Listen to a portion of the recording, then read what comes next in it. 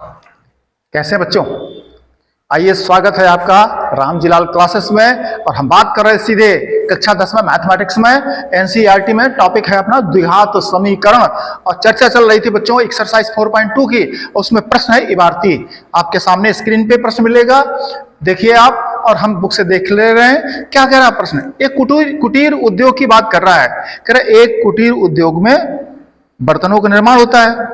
एक किसी विशेष दिन देखा गया, किसी भी दिन मान लो इंस्पेक्शन किया गया या निरीक्षण किया गया, देखा गया एक विशेष दिन ये देखा गया कि एक नग माने एक बर्तन की निर्माण लागत माने कीमत उस दिन के निर्माण किए गए बर्तनों की संख्या के 2 गुने से 3 अधिक है। हम बच्चों हमेशा आपसे कहते हैं कि अगर प्रश्न को आपको समझना है, इबारती प्रश्नों को समझना है, तो प्रश्न को चबा चबा चबा करके पढ़िए, चबा चबा करके पढ़िए।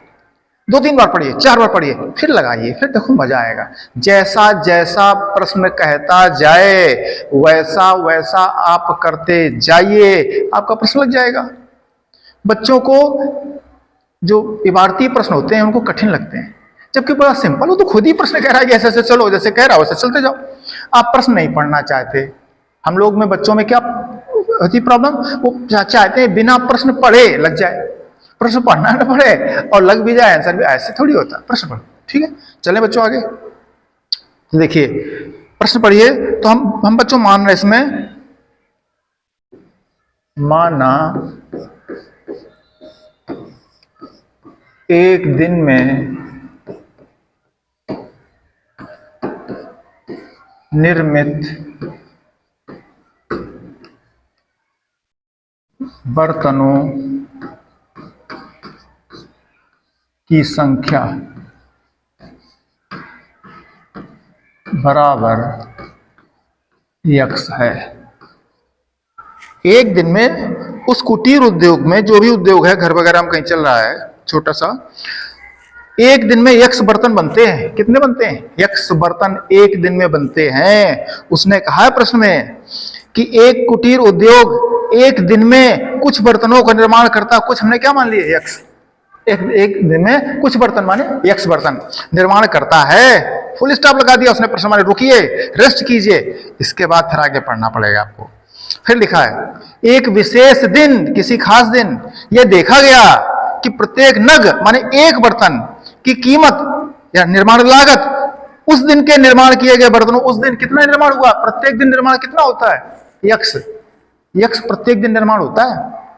कह रहा है यक्स जब निर्माण हुआ तो कह रहा उस दिन देखा गया कि प्रत्येक नग, एक नग की कीमत, निर्माण लागत जो है उस दिन के निर्माण किए गए बर्तनों की संख्या के 2 गुने से 3 अधिक। इसका 2 गुना करो, 3 अधिक करो, वो है उसकी कीमत। कब की? उस दिन की। प्रत्येक नग की निर्माण लागत, एक नग की, एक बर्तन की,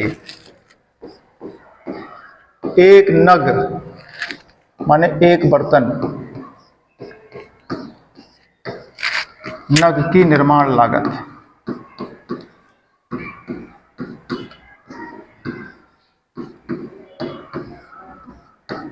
क्या प्रश्न में कह रहा है? एक दिन की जो निर्माण लागत है वो उसमें देखा गया, क्या बता रहा प्रश्न, कि उस दिन के निर्माण किए गए बर्तनों की संख्या, उस दिन कितना निर्माण हो रहा बर्तनों की? उस दिन निर्माण किए गए बर्तनों की संख्या के 2 गुने से 3 अधिक है। 2 गुना, ये 2 गुना से 3 अधिक, इतना है निर्माण लागत एक बर्तन की, एक नग की। ठीक है बच्चों, बहुत अच्छी बात है। इसी को आप ऐसे भी लिख सकते हो, एक दिन में बर्तन बन रहे इतने, अब एक बर्तन की कीमत है इतनी। प्रश्न उसने कहा कि यदि उस दिन कुल निर्माण लागत ₹90 हो, उस दिन कुल निर्माण लागत, तो बच्चों देख लो x बर्तन बनते हैं और एक बर्तन की इतनी कीमत है। अब देख लो कुल लागत 90 बनी प्रश्नानुसार। देखो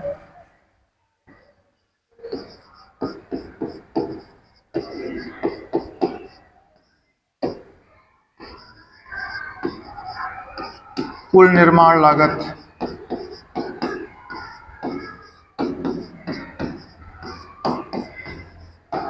कितनी? उस दिन की, एक दिन की, एक दिन के,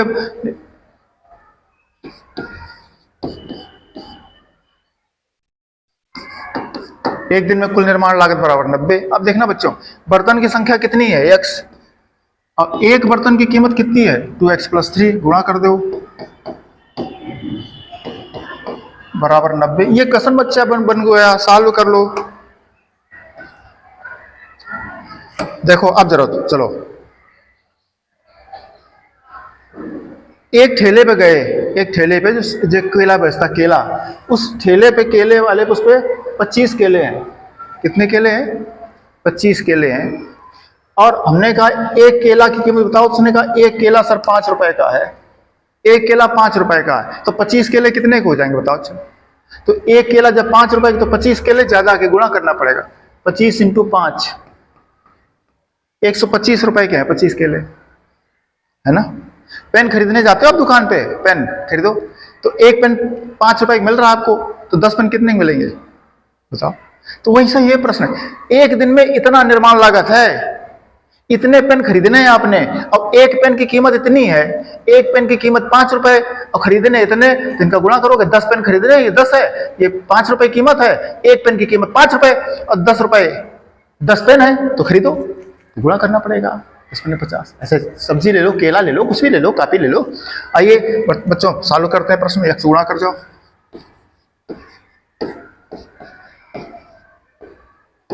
पक्षांतरण कर जाओ। बच्चों ये आप जानते हो, ये 2 गुणा 90 में करना पड़ेगा, 9 दूनी 18, 180।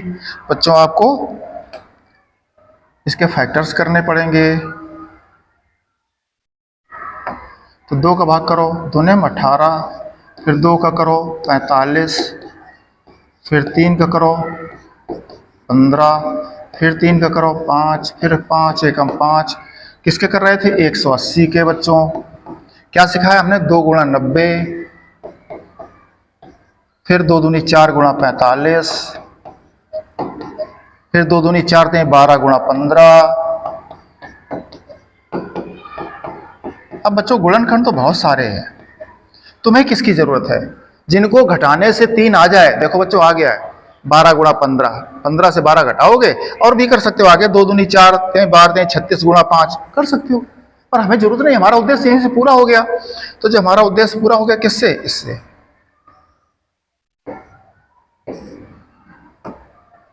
इससे 15 से 12 घटाओगे 90 आ जाएगा। चालू करो बच्चों,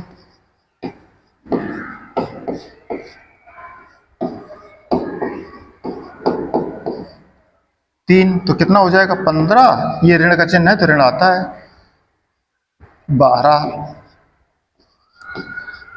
कोष्ठक पहले प्लस है तो कोई दिक्कत नहीं, सीधे गुणा कर जाओ, 15x - 12x - 90 बराबर 0 के। समूह बन गया बच्चों, एक समूह ये बन गया, एक समूह ये बन गया। आप देख लो 2 में 15 में कुछ कॉमन नहीं, x कॉमन है, तो 2x + 15। इसमें बच्चों आपको हम बता चुके थे, जो यहाँ कॉमन आता है वही कॉमन आएगा, आपका 2x आएगा भीतर, और 15 जो 2x + 15 यही पूरा आता है, 2x आना चाहिए। 2x मतलब है माइनस कॉमन रहेगा, 6 कॉमन करना पड़ेगा। कितना कॉमन करना पड़ेगा, 6। चूंकि 90 को क्या समझोगे, 90 कौन गुणनखंड प्रयोग करे आपने, 90 गुणनखंड आपने ये प्रयोग करें 12 गुणा 15, 12 गुणा 15 प्रयोग करें तो 12 इसमें कॉमन आ जाएगा, लेकिन तो हमारा कोष्ठक समान नहीं बनता है, कोष्ठक समान नहीं बन रहा है बच्चों। तो कितना कॉमन आएगा, कितना कॉमन आएगा, इसमें आ रहा है 6 कॉमन। अच्छा 90 था, इतना कॉमन कर लेंगे, देखो 6 कॉमन करेंगे तो हो जाएगा 6 दूनी 12 और 6 एकम 6 3 9 15 छक्का 90, ये बच्चों आता देखो, ठीक है।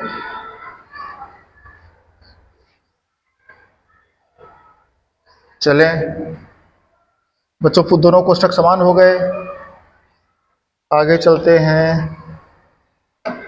पूरे प्रश्न में देखो बच्चों, 2x + 15 कॉमन हो जाएगा तो 2 क्या आ जाएगा, x - 6 बराबर 0।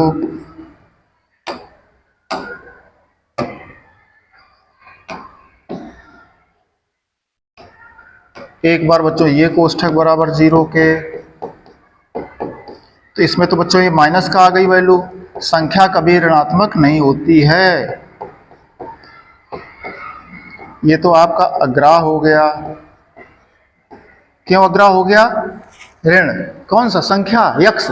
एक दिन में निर्माण किए गए बर्तनों की संख्या कितनी है? 7.5। वो भी कैसी? ऋण की। ऐसे ऋण में थोड़ी बर्तन बनते हैं, बर्तन तो गिनती होंगे, 1 बनेगा, 2 बनेगा, 5 बनेगी। ऋण में जीरो के पीछे कैसे बनेंगे? चलिए दूसरा कोष्ठक। ये बच्चों आ गया है, एक दिन में निर्मित बर्तन आ गए। कितने आ गए? इसलिए एक दिन में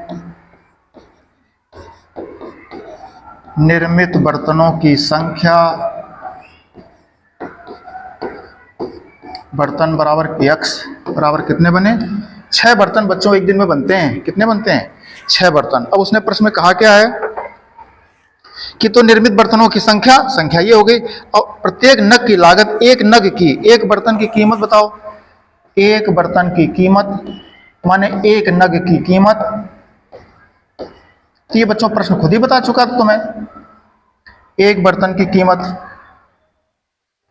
एक बर्तन की कीमत खुद ही प्रश्न बता चुका था। क्या कह चुका था? जो बर्तनों की संख्या है उसके दूने से 3 अधिक। तो 2 छंग 12, 3 15। अब देखो तो क्या था? आप देखिए चल के वापस प्रश्न में, ये था एक नग, एक बर्तन की निर्माण लागत कितनी थी? 2x + 3। 2x + 3 थी बच्चों, उसमें मान रख दो चल करके 2x + 3। तो 2x का मान 6 + 3, तो 6 दूनी 12 + 3 15 रुपए। ये उत्तर बच्चों आ गया। और कुल लागत, तो एक बर्तन की कीमत 15 रुपए है, और एक दिन में 6 बर्तन बनाता है। एक दिन में हम मान लो 6 बर्तन बनाए हैं, या तुम बनाओ 6 बर्तन बना पाएंगे। अब एक बर्तन बिचेगा आपका कितने का? 15 रुपए का। तो 6 बर्तन कितने बिच जाएंगे? 90 के। यही तो उसने कहा था, कुल लागत एक दिन की 90 रुपए की रहती है। लागत कह लो या बेचने कह दो, विक्रय मूल्य कह दो। इस तरह बच्चों ये प्रश्न हुआ। अगला प्रश्न देखेंगे।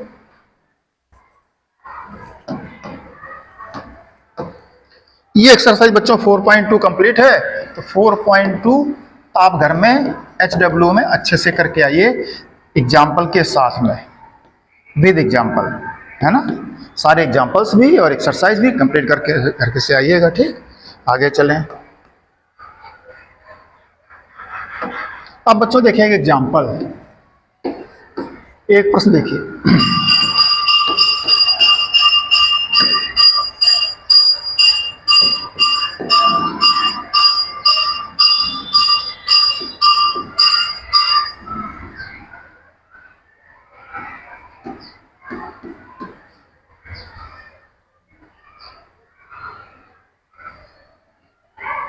ये बच्चों एक प्रश्न लिखा है, अब इसको सॉल्व करिए। बताए गए तरीके आपको, देखिए जरा कैसे सॉल्व करोगे। हमने बच्चों क्या सिखाया है, आप देखिए जरा। मैथमेटिक्स की बात कर रहे हैं। 30 एकम 30, 30 के गुणनखंड कर लो बच्चों। हमने सिखाया आपको गुणनखंड कैसे करते हैं, सिखाया आपको हमने। 2 15 3 5 5, 30 के गुणनखंड 2 × 15, 2 × 6 × 5, 2 × 6 × 5 30 एकम 30। ये बच्चों गुणनखंड बने हैं, ये गुणनखंड बने बच्चों। फैन चला दिया बच्चों, गर्म हो रहा था। ये अब ऐसे गुणन चाहिए जिनको जोड़ने से 4 आ जाए। तो 2 में 15 जोड़ोगे 17 आता है, 6 में 5 जोड़ो 11 आता है, 30 में जोड़ो 1 31 आता है। कोई भी ऐसा गुणनखंड नहीं जिसको जोड़ने से 4 आ जाए। अब बच्चों पूर्ण वर्ग लगाओ तो भी नहीं लगेगा, धरा 4 लगाओ, धरा 4 लगाओ। हम लगाते हैं धरा 4।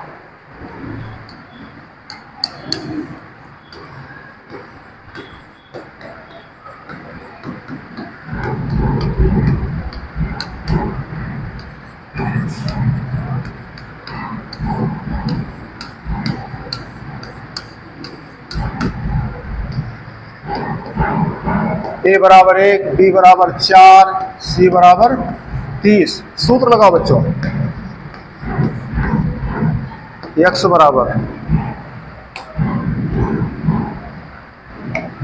-b ± under root b² - 4ac बटे पूरे के 2a।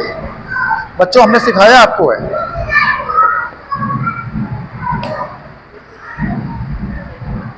क्या सिखाया कि त्रिपद व्यंजक का गुणनखंड फेल हो गया, नहीं लग रहा है, पूर्ण वर्ग लगाओगे वो भी फेल हो जाएगा, नहीं लगेगा।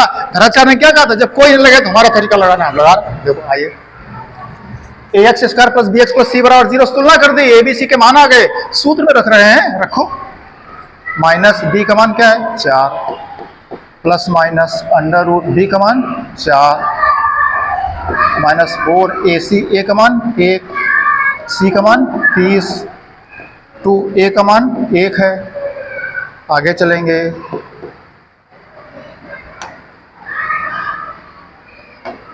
ये माइनस का 4 प्लस माइनस अंडर रूट के अंदर 16 माइनस 4 3 12 120 बटे 2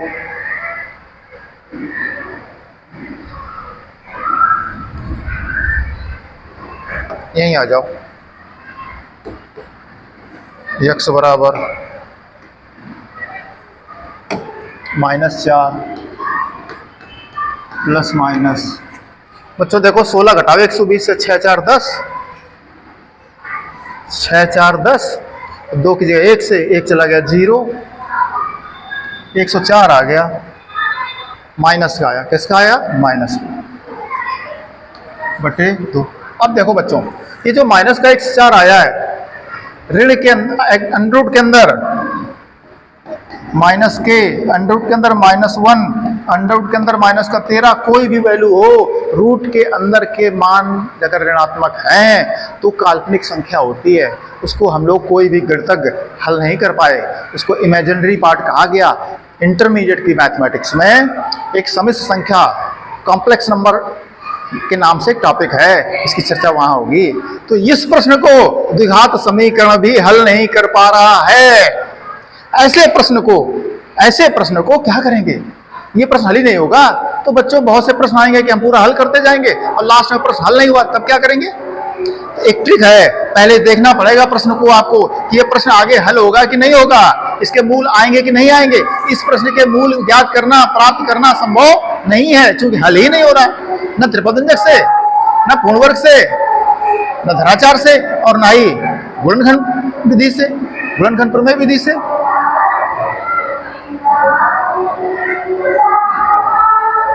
ये वैल्यू कैसी है, अग्रा वैल्यू है।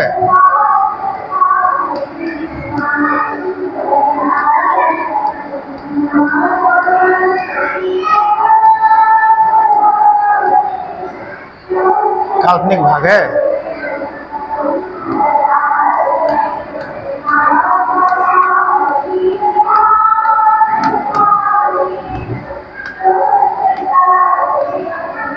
हल करना संभव नहीं है। अब बच्चों यहां से एक नई बात शुरू होती है, ऐसे कौन से प्रश्न हैं जो हल नहीं होंगे और ऐसे कौन से प्रश्न हैं जो हल हो जाएंगे। इसका एक ट्रिक बताएंगे। हम लोग कहते हैं जैसे नहीं कोई सामने आए तो सामने वाले को देख करके जान जाओ आप कि इसके मन में क्या है, इसका नेचर कैसा है, इसका बिहेवियर कैसा है, इसका पास्ट कैसा है, इसका फ्यूचर कैसा होगा। नहीं, लोग कहते हैं मन पढ़ लेते। मन एक टॉपिक है, एक सब्जेक्ट है साइकोलॉजी, मनोविज्ञान, कि अगले के मन में क्या है आप कैसे जान जाओ, वो विज्ञान आपके पास है क्या। तो फिर बच्चों ऐसे प्रश्नों में क्या करते हैं, एक ट्रिक है, एक समीकरण का जो भीतर लिखा रूट के अंदर, ये इसको कहते हैं विविक्त कर b स्क्वायर माइनस 4ac। क्या कहते हैं, b स्क्वायर माइनस 4ac।